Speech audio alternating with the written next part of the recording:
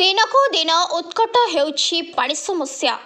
केउठी लोकमाने उत्त्यक्त हेलेणी तो केउठी रास्ता अवरोध एवं पानी समस्या को ने राजनीति मध्य आरंभ हो गलानी। गंजाम जिला बड़गड़ थाना सिंगीपुर छक निकट रे रास्ता अवरोध होइछि। पीवा पानी और विश्राम गार पाई लोकों रास्ता रोकरे एकाठी होइछन्ति ग्रामवासी एवं सेथिरे नाकेदम हेलानी प्रशासन।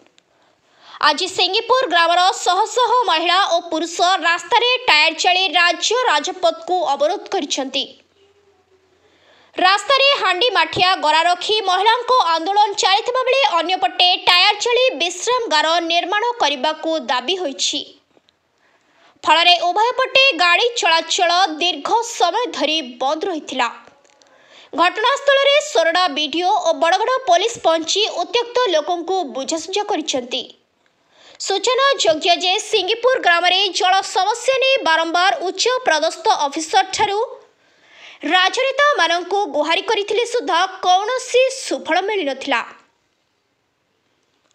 सेहिपरि ग्रामर छकरे दीर्घ वर्ष धरी थिबा विश्राम गारर पुनरुद्धार पई बारंबार दाबी सत्वे किछि सुफल न मिलिबारु लोके रास्ता रोक करिसंती। तेणु देखा बाकी रहिला केबे ओ केमिति समाधान हेबो सिंगीपुर वासिंक दाबी।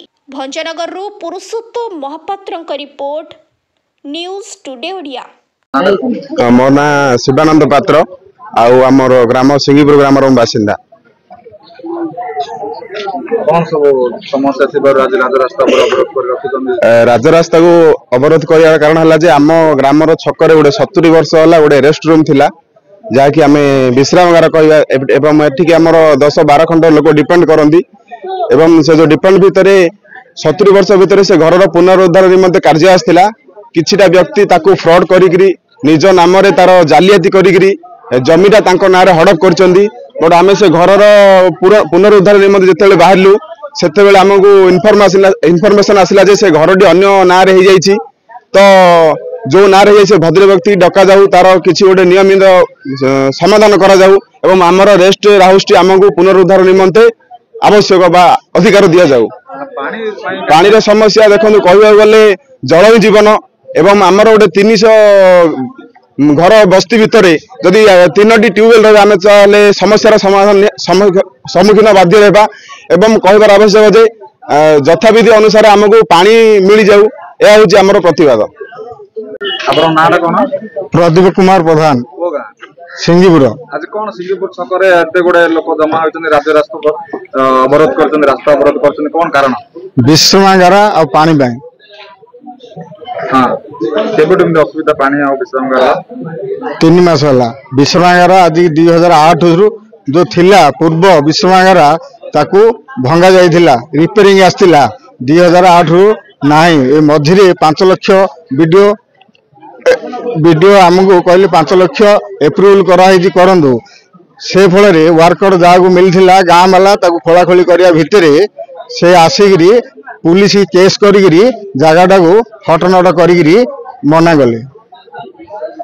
अच्छा पानी जल समस्या केबे लागि रही केमनी पानी जल समस्या आज 3 मास 4 मास है लागू रही जेहेतु तार घर नाई आ से बाउंड्री बुले जो ड्राइवर मना गले मुझे जीवी मत किए बाड़ पिटी किए दायी कहले। विश्रामगार बोले आमर ये आया 10-15 खंड गाँव शिक्षात्री एवं माँ बुढ़िया बुढ़ा आपा आसिले रही असुविधा दुकान का सम्मुख गले सब घोर वर्षा खरा दाउरू रक्षा करने विश्रामगार आमको निहाती दरकार।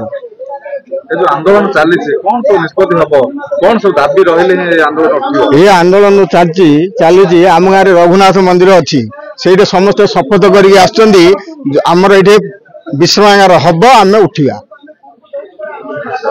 कौन प्रशासन सहित कौन आलोचना प्रशासन सहित प्रशासन तो सब किए कोटा कथा कह आम काली करदे पहदिन करदे 2 मास रही पूर्व आम स्ट्राइक होता पुलिस बड़ थाना पुलिस बाबू आइले तुम 3 मास भितर आम जहरी बोली आम गाँव टे शांत शीतल सरल लोक हृदय थी समस्त उठिक पड़े 3 मास बीतीगला किसी है।